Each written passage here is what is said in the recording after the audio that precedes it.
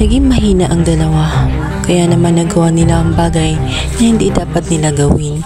Kaya naman si Gerald ay nakapagdesisyon.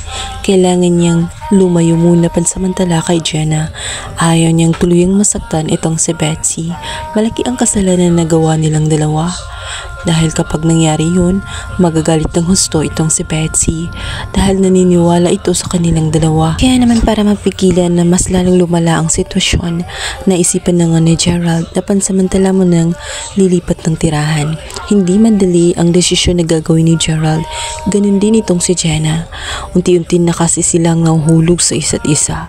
Nasasaktan ng husto itong si Jenna, tila ba bumalik dati ang ginawa sa kanya nitong si Mark, kung saan iniwan din siya. Subalit kahit ganun ang nangyari, kailangan nilang magpakatatag. Kailangan maging malakas sila at iwasan maging marupok at tuluyang mahulog sa isa't isa sapagkat hindi nga ito pwede. Sa kabilang banda, ang ina ni Betsy ay nagwawala na matapos nga makita na naputulan sila ng kuryente. Sinabi nito sa kanyang anak na kailangan niya suyuin itong si Gerald. Kailangan niya mag-video sa kanyang sarili at kunwari lumuluha ng dugo para maawa ito sa kanya at balikan siya. At sa pagkakataong yun, malambot pa naman ang puso nga nitong si Gerald. Mahal pa rin niya itong si Betsy. Ngunit mapapansin ni Betsy unti-unti na tela nagbabago na nga itong si Gerald.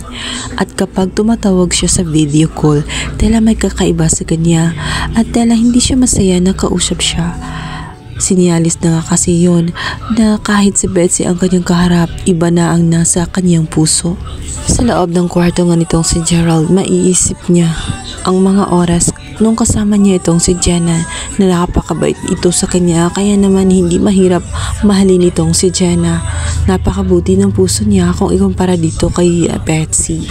Patuloy na uusad ang mga panahon at oras, ngunit unti-unti na nga magkakaroon ng hidwaan ang dalawa, si Jenna at itong si Betsy.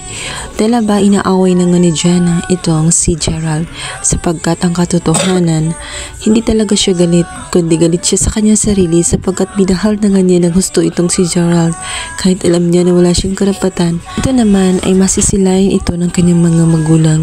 Nasaktan sila. Ito na nga ang kinakatakutan ng dalawa, ang makita na masaktan at mas matindi pa nga ang pagdadaraanan ni Jenna kumpara sa past niyang sa ex na si Mark dahil tuluyan niyang minahal itong si Gerald. Siyempre ay nasasaktan din sila bilang mga magulang na makita na luhaan ang kanilang anak.